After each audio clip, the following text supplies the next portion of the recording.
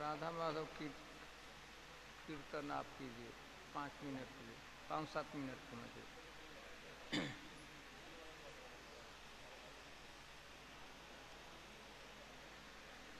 राधा माधव कीर्तन आप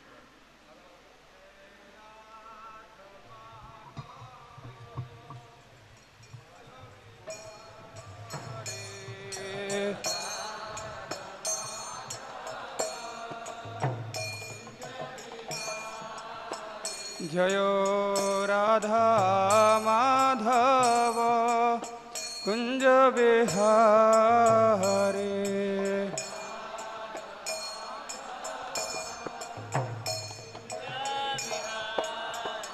जयो गोपीजना वल्लभ गिरवरधारे,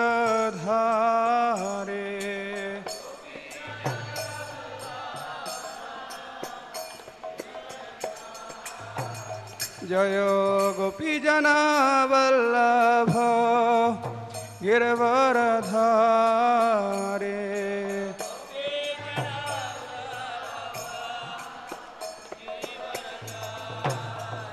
जयो यशोदनन्दन व्रजजनरञ्जना,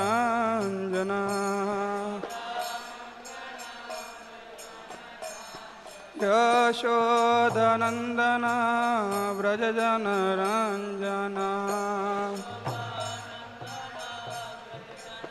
जयो यमुनातीरवनचारि यमुना, यमुनातीरवनचारि,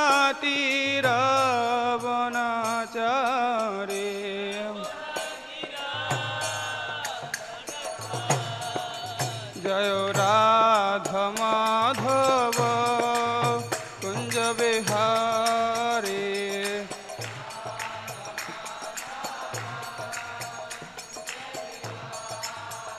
जयो राधा माधव कुंज विहारी,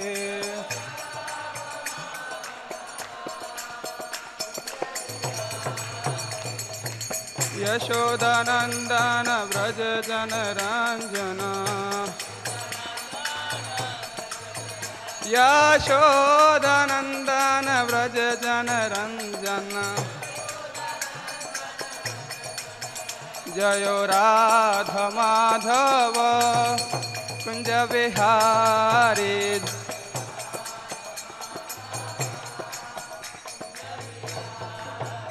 हरे कृष्ण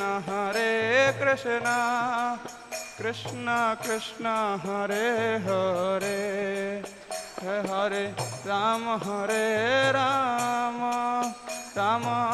राम हरे हरे, हरे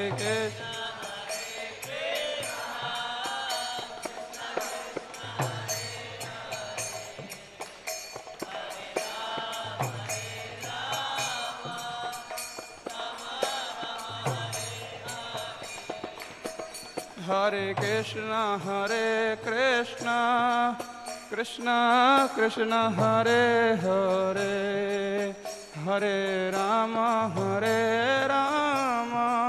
राम राम हरे हरे, हरे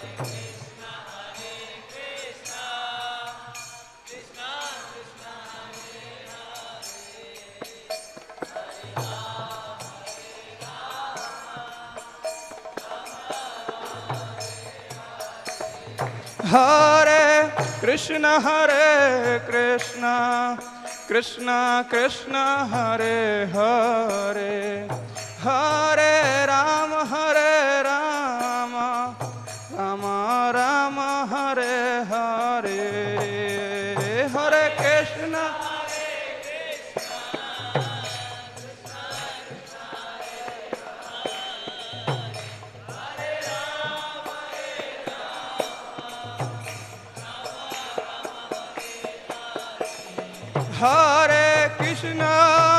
हरे कृष्ण कृष्ण कृष्ण हरे हरे, हरे राम राम राम हरे हरे, हरे Krishna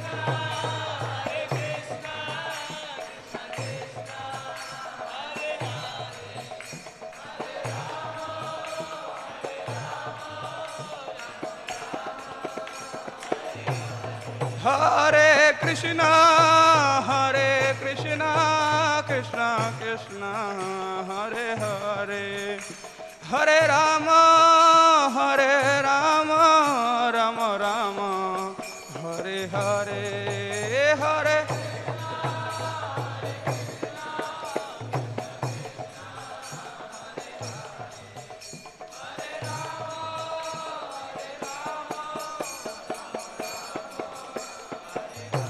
Jayo Prabhupada Prabhupada Prabhupada Srila Prabhupada Jayo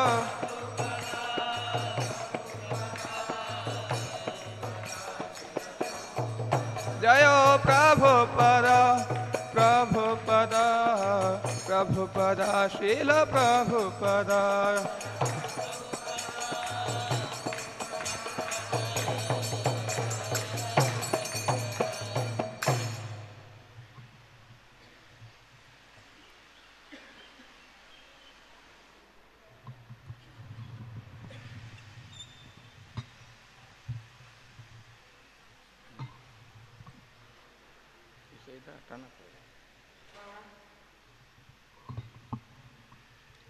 या एवं विष्णुपाद परमहंस परिव्राजकाचार्य स्तोत्र डिवाइन के श्रील अभय चरणारविंद भक्ति वेदांत स्वामी श्रील प्रभुपाद की इस्कॉन फाउंडर आचार्य श्रील प्रभुपाद की या एवं विष्णुपाद परमहंस परिव्राजकाचार्य स्तोत्र डिवाइन के श्रील भक्ति सिद्धांत सरस्वती गोसाई प्रभुपाद की अनंत कोटि वैष्णव वृंद की नामाचार्य श्री हरिदास ठाकुर की प्रेम से कहो श्री कृष्ण चैतन्य प्रभु नित्यानंद श्री अद्वैत गदाधर श्रीवासादि गौर भक्तवृंद की श्री श्री राधा कृष्ण गोपीनाथ श्याम कुंड राधा कुंड गिरी गोवर्धन की श्री वृंदावन धाम की श्री श्री नवदीप मायापुर धाम की श्रीमती तुलसी देवी भक्ति देवी की गंगा जमुना माई की गौर प्रेमानंदी श्री श्री राधा पारसार्थी जी की जी श्री श्री सीताराम लक्ष्मण हनुमान जी की श्री श्री गौरनिताई की श्रील प्रभुपाद की all glories the assembled devotees all glories the assembled devotees all glories to assembled devotees, all glory are to Gurun Garang ki jai, Srila Prabhupada ki.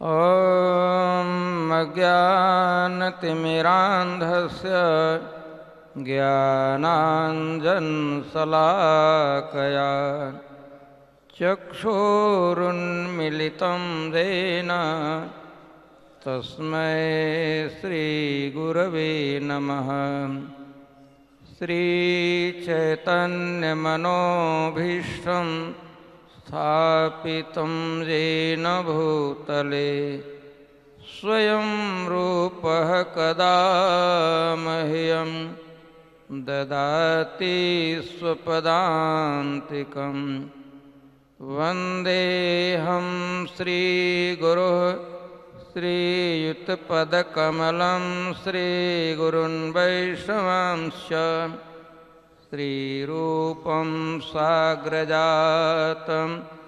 सहगणरघुनाथान्वितं तं सजीवं साद्वैतं सावधूतं परिजनसहितं कृष्णचैतन्यदेवं श्रीराधाकृष्णपादान् सहगणललिता श्रीविशाखान्वितांश्च हे कृष्ण करुणा सिंधो दीनबंधो जगत्पते गोपेश गोपिका कांत राधाकांत नमस्तुते तप्त कांचन गौरांगी राधे वृंदावनेश्वरी वृषभानुसुते देवी प्रणमामि हरिप्रिये। नमो महावदान्याय कृष्णप्रेमप्रदायते कृष्णाय कृष्णचैतन्य नाम्ने गौरत्व। वाञ्छाकल्पतरुभ्यश्च कृपासिन्धुभ्येव च पतितानां पावनेभ्यो वैष्णवेभ्यो नमो नमः। जय श्री कृष्ण चैतन्य प्रभु नित्यानंद श्री अद्वैत गदाधर श्रीवासादि गौर भक्तवृंद। हरे कृष्णा कृष्णा कृष्णा हरे हरे, हरे राम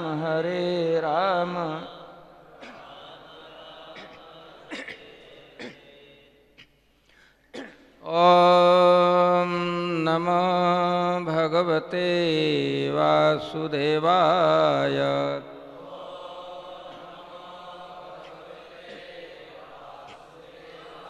ओम नमो भगवते वासुदेवाय।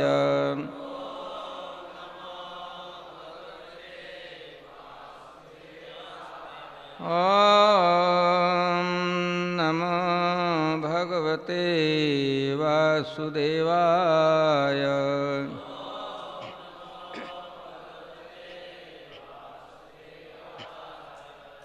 तो आज हम लोग श्रीमद् भागवतम के 5वें स्कंध का प्रथम अध्याय और टेक्स्ट 37 पढ़ेंगे। आप मेरे मैं इसे पढ़ूंगा। ये पोएट्री फॉर्म में नहीं है, श्लोक नहीं है, प्रोज रूप में है। मैं पहले पढ़ता हूँ। अहो असाधु अनुष्ठितम यत् अभिनिवेशितोहम इंद्रियहि अविद्या रचित विषम विषयांधकूपे तद अलम अलम अमुष्या वनिताया विनोद मृगम माम धिक धिक इति गर्हयाम चकार।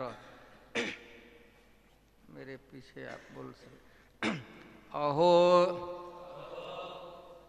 असाधु असाधु असाधु अनुष्ठित यत् अभिनिवेशितोहम इंद्रियहि अविद्या रचित विषम विषयांधकूपे तत् अलम अलम अमुष्या वनिताया विनोद मृगम मां धिक धिक इति गर्हयाम चकार। आप लोगों में से कोई पढ़े? ठीक, मैं पढ़ता शब्द अनुवाद। अहो ओह असाधु अच्छा नहीं, अनुष्ठितम हुआ, यत् केमकी अभिनिवेशितः पूर्णतया निमग्न, अहम मैं, इंद्रियहि इंद्रिय भोगों के लिए, अविद्या अज्ञान से रचित बनाया हुआ, विषम दुखदायी विषय इंद्रिय भोग, अंधकूपे अंधेरे कुएं में, तत् वह अलम तुक्ष अलम महत्वहीन या अधम का अमुष्य उस वनिताया पत्नी का विनोद मृगम नाचते हुए बंदर की तरह माम मुझको धिक्कार है धिकार है इति इस प्रकार गरह्याम आलोचना चकार की। अनुवाद और तात्पर्य श्रील प्रभुपाद जी के द्वारा। जय श्रील प्रभुपाद की। राजा ने अपनी भर्त्सना इस प्रकार की, ओह इंद्रिय भोग के कारण मैं कितना धिकारा जाने योग्य हो गया हूँ। मैं अब भौतिक सुख के अंधकूप में गिर गया हूँ। बहुत हुआ, अब मुझे और भोग नहीं चाहिए। तनिक मेरी ओर देखो, मैं कैसे अपनी पत्नी के हाथों में नाचने वाला बंदर बन गया हूँ, इसलिए मुझे धिक्कार है। तात्पर्य, महाराज प्रियव्रत के आचरण से यह अनुमान लगाया जा सकता है कि भौतिक ज्ञान की उन्नति कितनी निंदनीय है। उन्होंने एक दूसरा सूर्य उत्पन्न करने जैसा अद्भुत कार्य किया जो रात के समय प्रकाशमान था।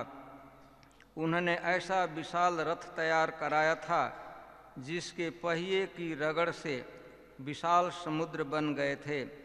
ये कार्य इतने महान हैं कि आज का वैज्ञानिक यह कल्पना भी नहीं कर सकता कि ऐसे कार्य किस प्रकार संपन्न हो सकते हैं। महाराज प्रियव्रत ने भौतिक क्षेत्र में अत्यंत अद्भुत कार्य किए, किंतु चूंकि वह इंद्रिय भोग अर्थात राज्य के शासन तथा सुंदर पत्नी के इशारे पर नाच रहे थे, इसलिए उन्होंने अपने आप को धिकारा। जब हम महाराज प्रियव्रत के इस उदाहरण पर विचार करते हैं तो हमें पता चलता है कि भौतिक प्रगति की आधुनिक सभ्यता कितनी पतित है। आधुनिक तथा कथित वैज्ञानिक तथा अन्य भौतिकवादी यह सोचकर अत्यधिक संतुष्ट हैं कि वे बड़े बड़े पुल, सड़कें तथा मशीनें बना सकते हैं, किंतु महाराज प्रियव्रत की तुलना में ये सारे कार्य नगण्य हैं। यदि इतने अद्भुत कार्यों के बावजूद महाराज प्रियव्रत अपने को धिकार सकते थे, तो हम भौतिक सभ्यता की तथाकथित प्रगति में कितने अधम और निंदनीय हैं। इससे हम यह निष्कर्ष निकाल सकते हैं कि इस भौतिक जगत में फंसी हुई जीवात्माओं की समस्याओं को ऐसी उन्नति से कोई सरोकार नहीं है। दुर्भाग्यवश आज का मनुष्य अपने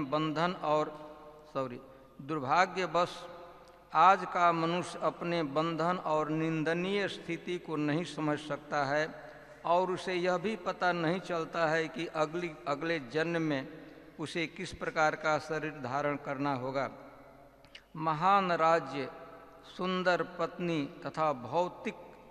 तथा अद्भुत भौतिक कार्यकलाप, ये सभी आत्मसिद्धि में बाधक हैं। महाराज प्रियव्रत ने अत्यंत निष्ठा के साथ महामुनि नारद की सेवा की थी, अतः भौतिक ऐश्वर्य स्वीकार कर लेने पर भी वे कर्म से विचलित नहीं हुए। वे पुनः कृष्ण भक्त बन गए, जैसा कि भगवद गीता 2:40 में पुष्टि की गई है। नेहाभिक्रमनाशुस्ति प्रत्यवायो न विद्यते स्वल्पम अपि अस्य धर्मस्य त्रायते महतो भयात्। कृष्ण भावनामृत के लिए जो कुछ भी साधन किया जाता है उसका न तो कभी नाश होता है और न ह्रास। इस पथ में की गई थोड़ी भी सेवा इस पथ में की गई थोड़ी भी सेवा भी बड़े से बड़े संकट से बचाने के लिए पर्याप्त है। महाराज प्रियव्रत के जैसा संन्यास श्री भगवान के अनुग्रह से ही संभव है। सामान्य रूप से जब मनुष्य शक्तिमान होते हैं या उनके सुंदर पत्नी, सुंदर घर तथा भौतिक ऐश्वर्य होते हैं तो वे अत्यधिक फंसते जाते हैं, किंतु महाराज प्रियव्रत ने देवर्षि नारद से शिक्षा प्राप्त की थी, इसलिए तमाम बाधाओं के होते हुए भी वे अपने भीतर कृष्ण भावनामृत को पुनरुज्जीवित कर सके।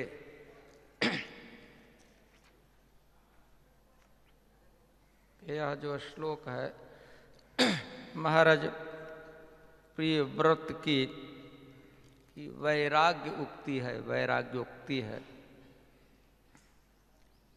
यह लगभग हम लोग अध्याय के अंत में ही चल रहे हैं। इस प्रसंग के साथ अध्याय का समापन होगा।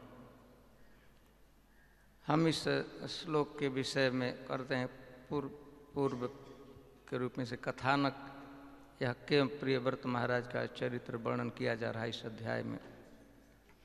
चौथे स्कंद के लगभग अंत में सुखदेव गोस्वामी वर्णन कर रहे थे महाराज मनु के वंश का। तो उसमें बताया था कि स्वयं भुव मनु के 2 पुत्र थे, प्रियव्रत और उतानपाद। उनके 2 पुत्र थे। प्रियव्रत बड़े पुत्र थे और उतानपाद उनके छोटे पुत्र थे। परंतु जीवन के प्रारंभ बचपन से ही प्रियव्रत डिटैच टाइप के लड़का निकला। राजकुमार थे, राज परिवार में जन्म हुआ था, लेकिन बाहर चले जाते थे नारद जी के यहाँ आश्रम में, और वहीं कभी कभी रात को भी नहीं आते थे, वहीं लगे रहते थे। ऐसे करते करते रहे घर, वहाँ कभी घर रहते थे लेकिन वहाँ ज़्यादा उधर ही व्यतीत करते थे। रात को भी वहीं प्रसाद ले लेते, सो जाते थे, नारद जी से शिक्षा प्राप्त करते थे।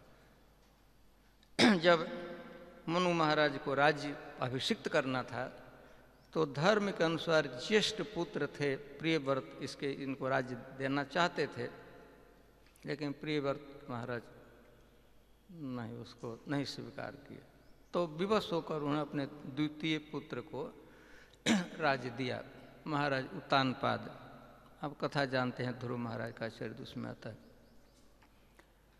लेकिन कालक्रम से वह वंश परंपरा लुप्त हो गई पुनः बार में। तो फिर से आवश्यकता पड़ी कि राज्य सिंहासन पर किसी को अभिषिक्त करना था। तो यह बताने के तो पहले उन्होंने कह दिया था सुखदेव गोस्वामी ने कि पहले तो साधु हो गए थे, महात्मा हो गए थे, सेल्फ रियलाइज भक्त हो गए थे, डिटैच हो गए थे, लेकिन फिर भी उन्होंने राज्य किया। तब इसी संदर्भ से, इसी बात को सुनने के बाद परीक्षित महाराज ने उनसे प्रश्न किया। हम आगे बताएं कैसे उनको इस अध्याय में वर्णन किया गया है कि उनको फिर राजा क्यों बनना पड़ा, क्यों राजा बने, कैसे भोग किए। तो परीक्षित महाराज ने यह बात सुने कि प्रियव्रत एकदम अनासक्त आत्माराम की स्थिति पर भक्ति में पूरा लग चुके थे, पूरा ज्ञान हो गया था। फिर भी उन्होंने जब शासन किया, राज स्वीकार किए, भोगों में रहे, राजनीति में रहे, तो उन्होंने इस अध्याय के प्रारंभ में प्रश्न किया है। प्रश्न को समझ लेने से बहुत कुछ आसान हो जाता है। उन्होंने कहा, प्रिय व्रतो भागवतः आत्मा रामः कथम मुने गृहे अरमत यन मूलम कर्म बंध पराभ। आत्मा रामता की स्थिति पर पहुंचा हुआ प्रियव्रत फिर वे गृहे अरमत, घर गृहस्थी में बड़ा आनंद लिए उसमें रहे, उसी में अभिनिविष्ट रहे। यह कैसे? यन मूलम, घर गृहस्थी का उसका कर्म बंधन का मूल कारण है विषयों में आसक्त होना, स्त्री पुरुष में, घर परिवार में आसक्त होना। और पराभव जो जीवन का लक्ष्य है, उस लक्ष्य से विचलित कर देता है। यदि कोई घर गृहस्थी में आसक्त होता है, उसे अभिनिष्ट होता है, तो आत्माराम की स्थिति पर पहुंचा हुआ, सिद्धि, ऑलमोस्ट सिद्धि प्राप्त कर चुके थे। तो इसी प्रश्न को स्पष्ट करने के लिए उन्होंने कहा, तादृशानाम भक्त संगानाम मुक्त संगानाम, प्रियव्रत महाराज जैसे जो भक्त होते, उस कलीबर के, जो उस स्टेटस के जो भक्त होते हैं, गृहेषु अभिनिवेशोऽयं न भवितुम् अर्हति, वैसे लोगों का कभी भी घर में अभिनिवेश नहीं होता है, घर गृहस्थी में आसक्ति नहीं होती है। यह सिद्धांत की बात है। जो उच्च लेवल पर पहुंच गया है कृष्ण भावना के, कृष्ण भावना भावित हो गया है, तो वैसा व्यक्ति पुनः इस विषयों में अभिनिवेश नहीं होता है। कोई भी नहीं व्यक्ति होता है फिर प्रियव्रत जैसा डायरेक्टली पर्सनली जिनको ट्रेनिंग मिला था, प्रशिक्षण मिला था नारद जी के द्वारा, नारद जी के कृपा पात्र थे,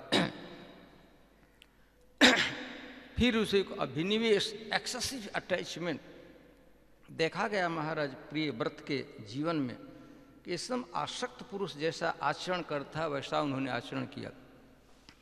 महताम खलु विवर्षे उत्तम श्लोक पादयो छाया निर्वृत्त चित्तानां न कुटुंबे स्पृहाम इति। महताम खलु विवर्षे, जो महान हैं, साधु हैं, और उत्तम श्लोक पादयो, भगवान के चरण कमलों की छाया में आ चुके हैं, और उस छाया में रहकर उनको आध्यात्मिक ब्लिस में रहते हो गए हैं। निताई पद कमल कोटि चंद्र सुशीतल, जे छाया जगते जुड़ाए। तो वैसे जो महात्मा हैं, महताम खलु भी, उत्तम श्लोक पाद, उत्तम श्लोक, भगवान का एक नाम, उनके दोनों चरण की जो छाया बनती है, उस छाया में कोई बैठा हुआ है।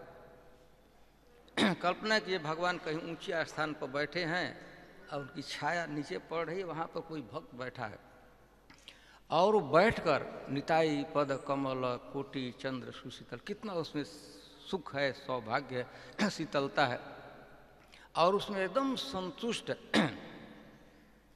तो छाया निर्वृत्त चित्ता नाम, जिसका चित्त एकदम आनंद में, स्पिरिचुअल ब्लिस में मग्न हो गया, वैसा व्यक्ति न कुटुंबे स्पृहामिति, वैसे भक्त का कुटुंब में, कुटुंब समझते हैं ना, परिवार, दारा गार पुत्र, दारा मन स्त्री, आगार धन और घर और पुत्र, स्पृहा ही नहीं, इच्छा ही नहीं होती है।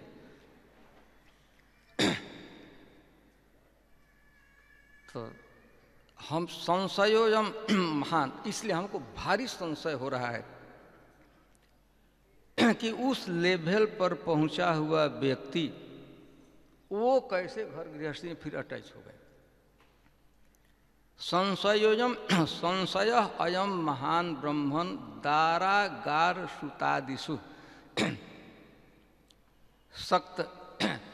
एक तो है कि होता नहीं है, और दूसरा आश्चर्य करे, यदि जिसका दारा माने पत्नी, आगार पुत्र में आसक्ति हो जाती है, तो वह व्यक्ति फिर उसे आशा छोड़ देना चाहिए, लॉस्ट, उसे आध्यात्मिक प्रगति नहीं हो सकता है। यदि भगवान एकदम आसक्त हो गया है, विश्व में ही आसक्त है, तो वह कृष्ण भावना का अनुशीलन नहीं कर सकता। लेकिन इनके संदर्भ में है कि आप बता रहे हैं कि ये हमको संशय है, इसमें आसक्त थे, दारागार सुतादिषु सक्तस्य यत् सिद्धिरभूत, वो सिद्धि प्राप्त गए। क्या? श्री कृष्णे अच्युतामति। पहले उनका मन लगा हुआ था भगवान में, बीच में विश्व में अभिनिविष्ट रहे, लेकिन पुनः कृष्ण भावना भावित हो गए। तो यह दोनों तरह से, यह कैसे हो सकता है? एक तो भक्त हैं तो उनका मन विश्व में जाना नहीं चाहिए, फिर चला भी, यदि चला गया वो विषय अभिनिविष्ट हो गए तो फिर अब वो आशा छोड़ देनी चाहिए कृष्ण भावना, लेकिन फिर कृष्ण भावना भावित हो गए। तो संशयोयम, हमको बहुत संदेह हो रहा है। परीक्षित महाराज का हमको बड़ा संदेह हो रहा है, इसका निवारण की।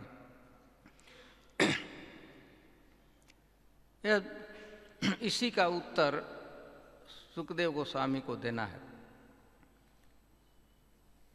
तो आप जानते हैं, प्रायः यह बात है, सुखदेव गोस्वामी ने स्वीकार किया कि भक्त में अभिनिवेश नहीं होता है। जो सच में भगवान का भक्त बन गया है तो पुनः उससे पतित होने का, विषय में अभिनिष्ट होने का चांस नहीं रहता है। यह भी बात सत्य है, जैसे परीक्षित महाराज ने कहा। और यह भी बात सत्य है कि यदि विषयाभिनिविष्ट है, विषयों में लगा हुआ है, भोगों में लगा हुआ है, भौतिक सुखों के प्रति आकर्षित है, वह आध्यात्मिक प्रगति नहीं कर सकता। दोनों बातों को स्वीकार, सिद्धांत से दोनों बात सत्य है, लेकिन फिर भी इनको कैसे दारागार श्रुतादिषु सक्तस्य सिद्धि भवति, इनको सिद्धि प्राप्त हुई, कृष्णे अच्युतामति इनको प्राप्त हुई। तो बिगिनिंग में सुखदेव गोस्वामी कहते हैं कि भगवान की भक्ति कोई भक्त करता है तो कभी कभी एक अंतराय, इम्पेडिमेंट उत्पन्न होता है। देखा गया है भक्तों में भी अंतराय, विघ्न आते हैं। प्रभुपाद जी जहाँ वह बात आई है कि भक्त जब भक्ति करते हैं तो भक्ति में अंतराय शब्द संस्कृत में कुछ हिंड्रेंस जगह इम्पेडिमेंट आ जाता है। प्रभुपाद जी वहाँ कहते हैं कि कम से कम आपात दृष्टिकोण से देखा जाता है कि पहले कोई भक्त था और भक्ति से छूट गया है, प्रत्यक्ष रूप से भक्ति के साधनों को नहीं करता है। तो प्रभुपाद जी दो कारण की का जिक्र किया। कोई भक्त है, भक्ति उसकी कम हो जाती है, छूट जाती है, माने भक्ति छूट जाती है, अब कम से कम बाहर दृष्टिकोण से आपस में देखने में लगता है कोई भक्त नहीं है। तो उसका दो कारण प्रभुपाद जी कहते हैं। एक है वैष्णव अपराध। वैष्णव अपराध करने से भक्ति छूट जाती। यदि वैष्णव अपराध है, उठे हाथी माता, उपाड़े व छिंदे तार सुख चाय पाता, चैतन्य महाप्रभु। वैष्णव अपराध से देखा जाता है कि भक्त विषय में आसक्त हो गया है, सुपरफिशियल। और एक कारण है। दूसरा कारण प्रभुपाद जी कहते हैं कि एक दूसरा भी कारण कभी कभी भगवान की इच्छा से भी हो।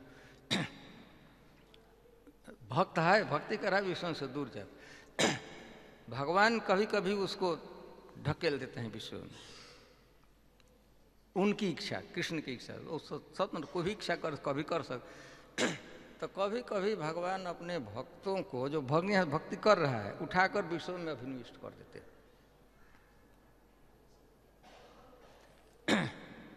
तो ये दो अंतराय होते हैं।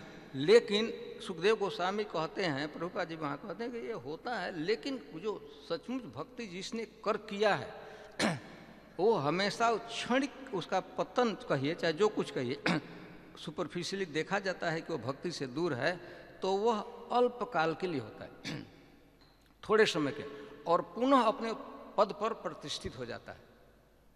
पुनः जिस स्थिति से वो रहता है पुनः उस पर होता है। यहाँ के तात्पर्य में श्रील प्रभुपाद नेहा भी भगवान भगवद गीता में कहते हैं कि कोई भक्ति किया है, नेहा भी क्रम नाशोस्ति प्रत्यवायो न विद्यते। जो कोई भक्ति किया है तो नष्ट होने, कम होने का तो कोई प्रश्न ही नहीं होता है, सब नष्ट होने का तो कोई प्रश्न नहीं हुआ। वह परमानेंट एसेट होता है भक्तों के पास, भक्ति किया है तो उसे नष्ट किसी भी कारण से नहीं हो सकता। वो जो उसने अर्न किया है तो उसका एसेट है, परमानेंट, उसने कमा लिया है, वह कमाई नष्ट होने का प्रश्न नहीं होता है। ठीक है, नष्ट नहीं होगा, थोड़ा कम हो सकता है, पहले ज़्यादा था तो कम हो सकता है। तो भगवान कहते हैं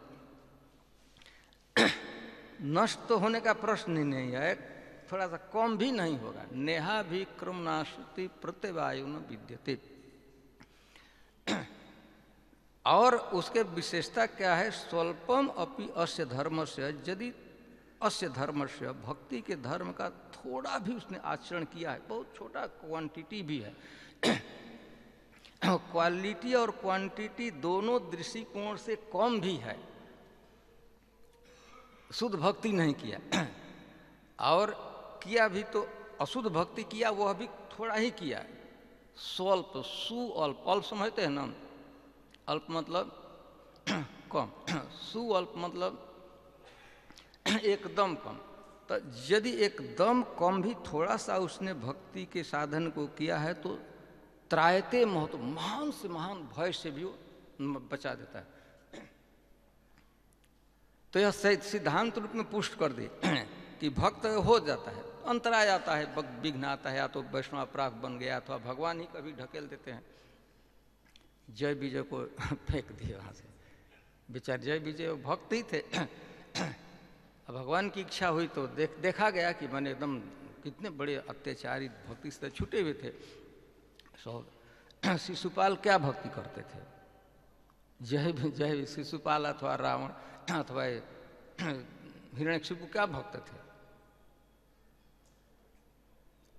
तो भगवान ही कभी कर देते, लेकिन पुनः भगवान ले लेते हैं, ऐसे छोड़ते नहीं है, सभी लोग आ जाते फिर। तो इनके संदर्भ में क्या है भाई, इनके विषय में आकर इन्होंने क्या किया, ये जो सुपरफिशियली कहा जाता है, आपात दृष्टिकोण से हम बाहर से देखते हैं कि अरे एकदम बड़े पॉलिटिक्स में एकदम व्यतीत कर देना, स्त्री के साथ इतना आसक्त हो जाना, तो इन्होंने इनको आग्रह किया गया था, पिताजी इनको राजा बनाना चाहते थे, तो एक मना कर दिए ना, हमें इस पॉलिटिक्स में नहीं फंसना है, भजन कर। तो मनु महाराज इनके ग्रैंडफादर के पास गए, मनु महाराज ब्रह्मा जी के पास, कहे कि हमारा लड़का राज नहीं रह रहा, तो साधु फकीर हो गया, राजा चाहिए ना प्रतिनिधि। तो ब्रह्मा जी डायरेक्टली बड़े बड़े अपने पुत्रों के साथ, सिद्धों के साथ आए आश्रम पर। तो ब्रह्मा जी ने और पिताजी ने, मनु महाराज ने दोनों समझाया बुझाया, तो गौरव है पिता के प्रति, उल्लंघनीय, पिता की आज्ञा का उल्लंघन नहीं किया जा सकता किसी भी कीमत।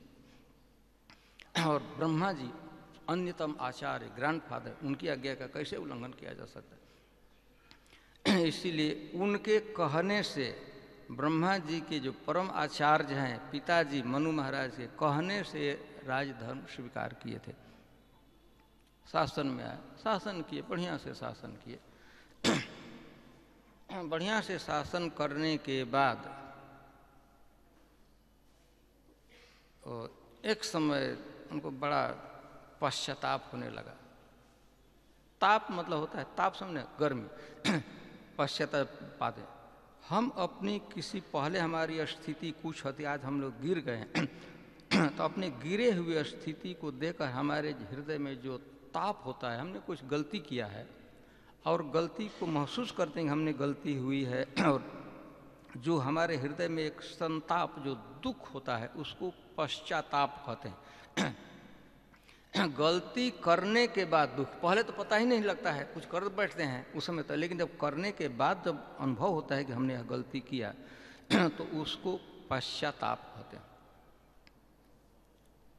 तो यह जो श्लोक है, एक पॉइंट पर अंडरस्टैंडिंग पर अपने स्थिति पर विचार किए प्रियव्रत महाराज, मेरी क्या स्थिति थी। गंधमादन पर्वत, हिमालय में निर्मित गुरु के साथ, नारद जी के साथ पूर्णतः भगवान की सेवा में, भगवान की भक्ति में लगा हुआ था। प्रत्येक इंद्र संपूर्ण रूप से जीवन डेडिकेटेड था, केवल मैं भक्ति कर रहा था। नारद जी के संरक्षण में कितना दिव्य स्थिति थी हमारी भक्ति की। आज क्या है, कल का श्लोक पढ़े कि आज हमारी क्या स्थिति है, कि किस स्थिति, आत्मनिर्वेदम इदम, निर्वेद, बड़ा दुख हुआ, वैराग्य हुआ कि मैंने यह क्या कर गया, क्या मेरी स्थिति क्या।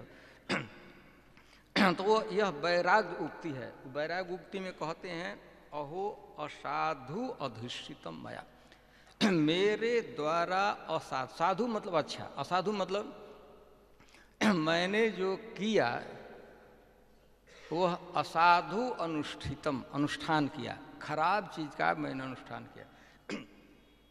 क्या हो गया, क्या खराब आप कह दिए? यद अभिनिवेशितो अहम, विषयों में एक्सेसिव अटैचमेंट मेरा हुआ, मैं विषय इंद्रिय ही अविद्या रचित, अविद्या अज्ञान के कारण, वास्तव में विषयों में सुख नहीं है लेकिन अज्ञान के कारण उसमें सुख बुद्धि होती है। विषया विषम विषयांध कूपे पति, विषम तुच्छ भयावह दुखदायी विषयांध कूप में मैं गिर गया, घर गृहस्थी के कुएं में मैं गिर गया। एक तो अब कहने की जरूरत नहीं, विषयांधकूप, अंधकूप वह होता है कभी कभी कुआं होता है रिजेक्ट, उसमें पानी नहीं रहता है, चाहे यूज नहीं होता है। तो कभी कभी वो नीचे थोड़ा सा पानी रहता है, सांप मच्छर इत्यादि भी निवास करने लगते हैं। और कभी कभी होता है कोई पशु और ऊपर से घास से ढक जाता है कुआं, यूज नहीं होता है तो चारों तरफ से लताएं फैल कर ढक, पता नहीं लगता है। तो कोई पशु है, गाय है, बैल है, घास चरते चरते चरते वो, उनको बेचारों को पता नहीं कि कुआं, उसमें गिर जाते हैं। और वहाँ पर सांप रहते हैं, चाहे कोई भयावह जंतु रहते हैं, तो वह तो दुखदायी है ही, लेकिन यहाँ पर विषम विषयांधकूप, भयावह उस विषयाकुंड में मैं गिर गया, अपने को कहते हैं। अरे क्या, कैसे गिर गए? तो दोष देते हैं। यहाँ पर उन्होंने कहा है अंधया अंधकूपे, मैं अंधकूप में गिरा हुआ। अविद्या रहती विषय विषयांधकूपे तद अलम अमुष्या, मैं उस अंधकूप में। अब तो बहुत से कारण बताते, लेकिन उसमें एक कारण बताते हैं कैसे गिर गए। तो अमुष्या, मैं गिरा क्या हूं, अपनी गिरी हुई स्थिति का उससे अमुष्या, उसके द्वारा अथवा इसके द्वारा। किसके द्वारा? बनिताया, पत्नी के द्वारा। ऐसा लगता है कि नज़दीक में ही उनकी पत्नी होगी, पता नहीं उनकी। यहाँ पर एक वचन में पर जो उनकी दो पत्नियां थी, जानते हैं ना, दो पत्नी थी, तो पता नहीं एक का ही नाम क्यों रहते हैं। अमुष्या इसके द्वारा, स्त्री के द्वारा, पत्नी के द्वारा। विनोद मृगम, मैं क्या बन गया? क्रीड़ा मृग, विनोद मृग। अपनी पत्नी, हमारी पतित पतन की स्थिति क्या है? आज हम एक मृग हूँ, पशु हूँ, बंदर हूँ। और बंदर भी जंगल में रहता है, स्वतंत्र रहता है, घूमता रहता, फल खाता है, घूमता रहता है। वैसा मृग ने, ऐसे कुछ मृग देखे हुए कुछ लोग फंसा लेते हैं, पकड़ लेते हैं और नचाते हैं, मंदाड़ी बजाते हैं, नाचता है, उसे अर्न करते हैं, जीविका अर्न करते हैं। तो मैं एक बंदर भी रहता, जंगल में रहता, स्वच्छंद रहता है, वैसा बंदर नहीं, एक मदाड़ी का बंदर। और मदाड़ी कौन? हमारी स्त्री। हमारी स्त्री ने हमारे गले में बांध दिया रस्सी और नचा रही है क्रीड़ा में। आप देखे होंगे ना। वो बंदर ऐसे कहता है तो प्रणाम भी करते हैं बंदर, ऐसे ऐसे कोई साधु लोग कैसे जप करते हैं, कभी जप करके दिखाता है बंदर। और वो जैसा कहता तो हमारी अमुष्या बनिताया, बनिता पत्नी के क्रीड़ा मृग माधिक, अपने मेरा धिकार है, मैं एकदम गिरा हुआ व्यक्ति, अपने को धिकार गरे हम चका, अपने को धिकार रहे थे। ये तो बड़ा भारी स्थिति। तो यहाँ पर श्रील प्रभुपाद जी तात्पर्य में यह बात कहते हैं, देखिए भौतिक दृष्टि से विचार किया जाए, कितने सक्सेसफुल व्यक्ति थे महाराज प्रिय, एकमात्र पृथ्वी के चक्रवर्ती सम्राट। और उन्होंने कार्य क्या किया था? एक सूर्य ही निर्माण कर दिया था। जब भगवान सूर्य सुमेरु पर्वत की परिक्रमा करते हैं सूर्य देव, तो जब दक्षिण दिशा में रहते हैं तो उत्तर अंधकार रहता है, और जब जो घूमते हैं तो एक जिधर रहते हैं सूर्य देव उधर तो प्रकाश रहता है, उसके विपरीत दिशा में अंधकार रहता है। यह बात प्रियव्रत महाराज को प्रिय नहीं लगा। तो उन्होंने ऐसा वस्तु बनाया, रथ बनाया कि दूसरे दिशा में, सूर्य इधर है तो वो उधर, ऐसे वो घूम रहे हैं तो पीछे पीछे अच्छा आगे आगे घूम, तो एकदम प्रकाशित, अंधकार होता है, रात्रि होते ही नहीं थी। इतना भारी आज के वैज्ञानिक प्रभुपाद जी कहते हैं पुल बना है, कंप्यूटर बना है, लेकिन वैसा तो नहीं बना दिए हैं अब तक। तो देखा जाए कि वो भौतिक दृष्टिकोण सफल व्यक्ति थे, लेकिन उस सफलता का कोई मूल्य नहीं है यदि वह भक्ति में बाधक है अथवा जो भक्ति में वो सहायक नहीं है, जिससे भक्ति जो हमारी रुकती है। तो ये जब हमारी जितनी भौतिक उपलब्धियां हैं, इसका कोई विशेष मूल्य नहीं है। यहाँ पर चूँकि अपने दयनीय स्थिति को बताते हुए हम क्या हमसे भूल हुई है, तो उसमें उपलक्षण से है और भी कारण। एक माने उपलक्षण का अर्थ होता है कि एक बता दिया जाएगा तो जो नहीं बताएगा उसको अपने से समझना होता है। जैसे मैंने कहा कि इस व्यक्ति के नेत्र बहुत सुंदर हैं, तो अब आपको समझ लेना चाहिए कि नेत्र सुंदर है तो पूरा चेहरा सुंदर होगा, उसके नाक भी सुंदर होगा, ललाट भी सुंदर होगा। मैंने कहा कि उसके नेत्र सुंदर हैं, तो इसका मतलब ये नहीं कि नेत्र सुंदर हैं और नाक खराब है, छुछुंदर जैसा नाक, ऐसा नहीं। अच्छा, तो एक अपने दुर्गति का वर्णन करने में कारण बताते हैं पत्नी। चाणक्य पंडित प्रभुपाद जी बार बार यह बात कहते थे, कैसे तो काम क्रोध लोभ हमारे शत्रु है ही, परिवार के लोग एकदम अतरंग व्यक्ति भी कभी शत्रु का सा काम करता है, वो शत्रु ही होता है। तो उसमें प्रभुपाद जी चाणक्य पंडित को कोट करते बात, ऋण करता पिता शत्रु। यदि पिता है बहुत उसमें ऋण लेने की, लोन लेने की, कर्ज लेने की आदत है, बहुत लिया हुआ है, तो समझिए पुत्र के लिए वो शत्रु ही है।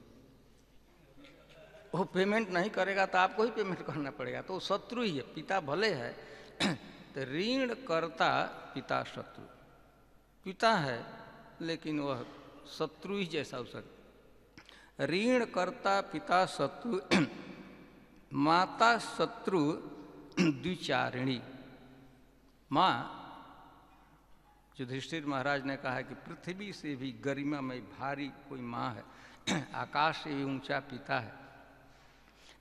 जो जिसकी गरिमा, माँ की इतनी गरिमा है, वह माँ यदि द्विचारिणी है, यदि उसके पुत्र अथवा पुत्री प्रेजेंट हैं और पति के अभाव में यदि दूसरा पति स्वीकार करती है, तो वह माँ पुत्र के लिए शत्रु है।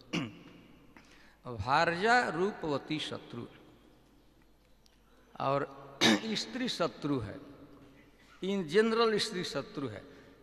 चाणक्य पंडित कहते हैं लेकिन वह रूपवती है, सुंदर स्त्री है, तो पति के लिए वह शत्रु है।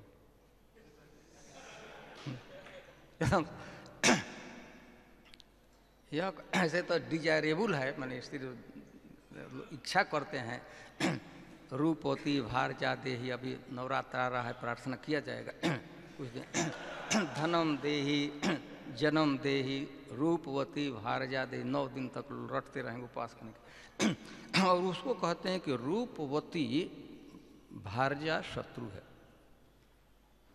और भी कहते हैं कि पुत्र शत्रु अपंडित, और पुत्र विद्वान नहीं है, मूर्ख है, तो पिता का वो शत्रु ही जन्म लिया। तो यहाँ पे कहते हैं कि रूपवती, मैं अस्या, इस स्त्री का क्रीड़ा मृग बना हुआ हूँ।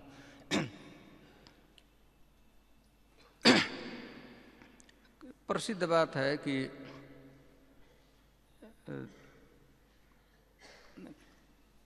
भक्ति में अत्यधिक निर्धन होना अथवा अधिक ऐश्वर्य होना, ये भक्ति में दोनों सहायक नहीं, बाधक है। विशेषकर कुंती देवी की प्रार्थना में जन्मय स्वर्ज श्रुत स्त्री भी एद मान मदह पुमान नैवर हरति अभिधातुम वै त्वाम अकिंचन गोचर।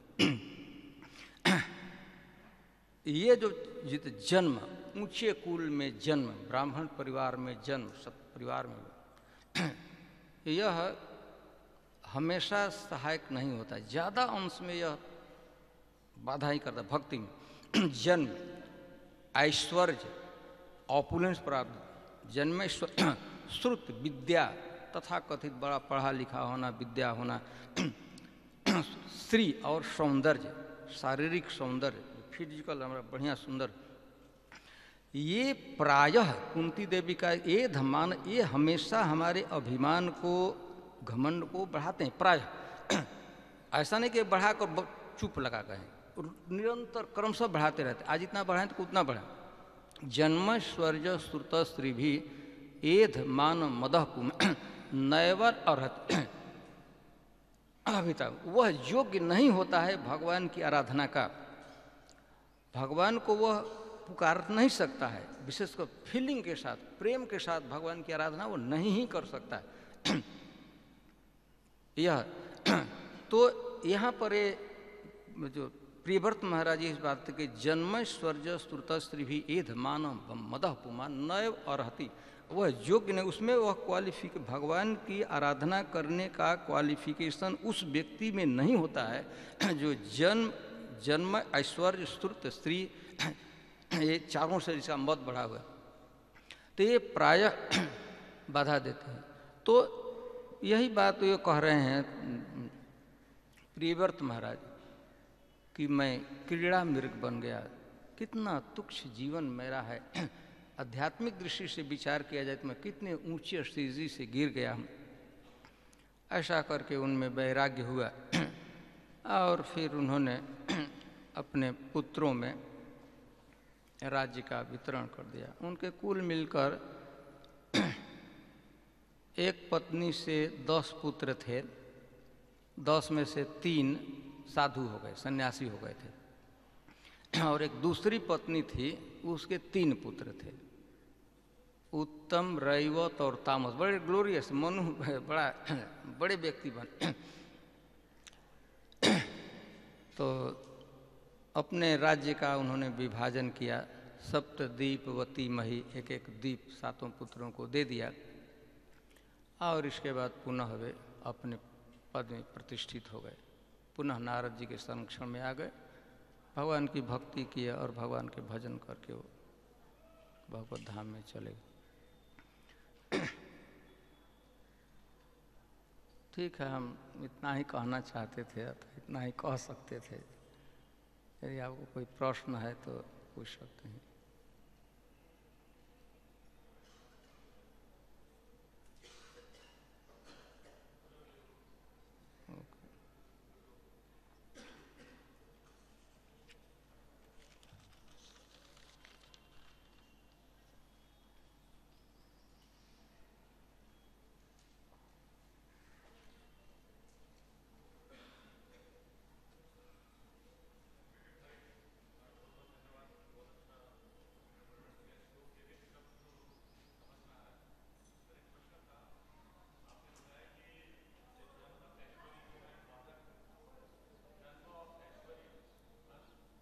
थोड़ा सा जन्म स्वर्ज स्तुत स्त्री भी एध मान मदह पुमान, ऐसा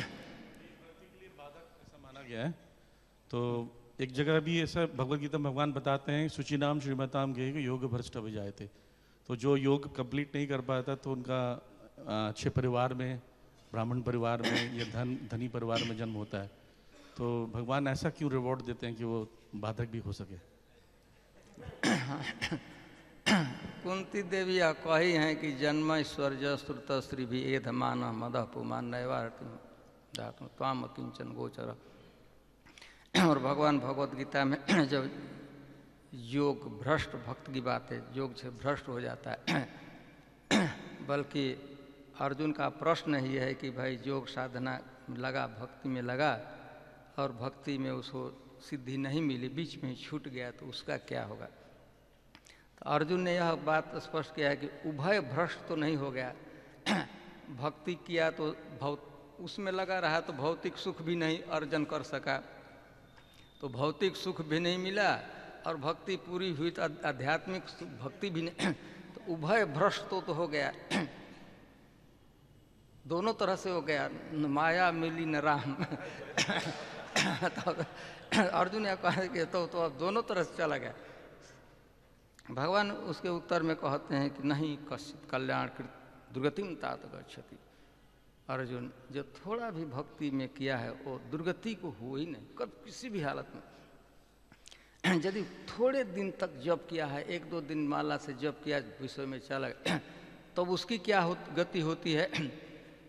जिसको बड़े बड़े तपस्या करके जिस स्वर्गीय सुख को प्राप्त किया जाता है, बड़ी तपस्या से हजारों लाखों वर्ष की तपस्या करके जो स्वर्ग के सुख को, वो हमारा भक्त 1-2 दिन 2-4-5 दिन की भक्ति किया हुआ है, वो जाता स्वर्ग का भोग, उसे हजारों वर्षों तक स्वर्गीय सुख का भोग करता है और फिर जन्म लेता है। और कुछ भक्त होते हैं दीर्घ काल तक भक्ति किए हैं, बहुत दिन तक भक्ति किए, तो उनका क्या होता है? फिर शरीर छोड़ने के बाद दीर्घ काल तक भक्ति किए, बीच में छूट गया, योग भ्रष्ट हो गए, तो वैसे भक्तों का डायरेक्ट जन्म भगवान के परिवार में हो जाता है। अथवा योगिना में वह कुले भवति धीमता, एकदम डायरेक्ट किसी परिवार के, किसी भक्त के परिवार में जन्म लेना। एक एस्कान के एक आचार्य एक पुस्तक लिखे हैं वृंदावन के विषय में, तो भगवान कहते हैं कि यह एकदम दुर्लभ जन्म है। तो वो ये बात कहे हैं, उन्होंने प्रत्यक्ष देखा था कि गिरिराज जी की एक माँ परिक्रमा कर रही थी और उसका पेट से लगता था कि वह गर्भवती है, उसे गर्भ में एक बच्चा था। जैसे गर्भवती स्त्रियाँ होती तो लक्षण दिखता है। और वह स्त्री एक बच्चे को गोद में ली थी, एक छोटा सा बच्चा था 1-2 वर्ष का, उसे गोद में ली थी और चल रही थी, और एक बच्चा छोटा सा उंगली पकड़ रहा था, वो लड़खड़ा कर स्ट्रगल कर रहा था चलने के लिए। तो विचार कीजिए, वो तीन लोग, स्त्री तो ज्ञान थी, जानती थी गिरिराज जी की परिक्रमा करना चाहिए, लेकिन 3 लोगों को कुछ पता नहीं था। एक तो गर्भ में बच्चा है, उसको तो प्रश्न ही नहीं है कि क्या कर रहा है माँ, मैं क्या कर रहा हूँ। और गोद में था, उसको भी नहीं, और लड़का जो चढ़ रहा था वो तो नहीं चाहता था, लेकिन माँ घसीट कर। लेकिन देखिए उस भक्त के परिवार में आने का अभी जन्म नहीं हुआ, सूर्य का दर्शन भी नहीं किया, गर्भ में है, गिरिराज की परिक्रमा कर लिया।